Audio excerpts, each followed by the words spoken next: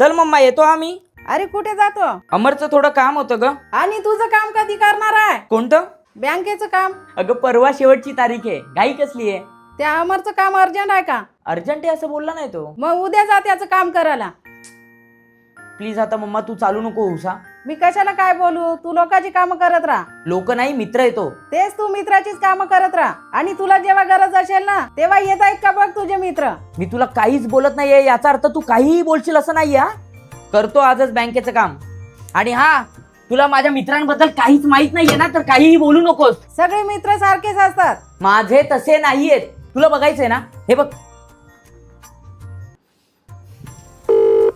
Hello. अरे काय नाही भाई, तुझं काम झालं ना की आपण ठाण्याला जाऊया. माझं बँकेत थोडं अर्जंट काम आहे रे म्हणून. ऐक आता. ठाण्याला कंटाळा आलाय रे. तू जाऊन ये ना. नाहीतर एक काम कर, तू तुझं काम कर, मी माझं काम करतो.